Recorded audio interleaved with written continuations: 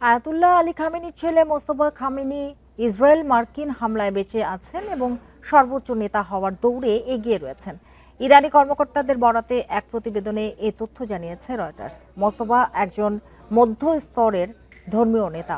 এছাড়া ইরানের বিপ্লবী গার্ডের সঙ্গে কট্টরপন্থী মোস্তফার ঘনিষ্ঠ সম্পর্ক রয়েছে। এর আগে অসমর্থিত সূত্রের বরাতে বিভিন্ন সংবাদ মাধ্যম জানায়, আয়াতুল্লাহ আলী খামেনির ছেলে মোস্তফা খামেনি ইরানের নতুন নেতা নির্বাচিত হয়েছেন। তবে রাষ্ট্রীয় গণমাধ্যম সহ ইরানি কোনো সংবাদ মাধ্যমে এ বিষয়ে তথ্য জানায়নি। বিকাশ পেমেন্টে 10,000 টাকার বেশি অফার, শপিং চলছে তো। এদিকে সর্বোচ্চ নেতা হওয়ার সম্ভাব্য তালিকায় আছেন বর্তমান ভারপ্রাপ্ত নেতা Ali Reza Arafi, assembly of এক্সপার্টসের সদস্য মীর বাঘেরি ও ইসলামী প্রজাতন্ত্রের প্রতিষ্ঠাতা রুহুল্লাহ খোমেনির নাতি হাসান খোমেনি। এদিকে খোমেনির যে কোনো উত্তরসূরিকে হত্যা করা হবে বলে হুমকি দিয়েছেন ইসরায়েলের প্রতিরক্ষা মন্ত্রী।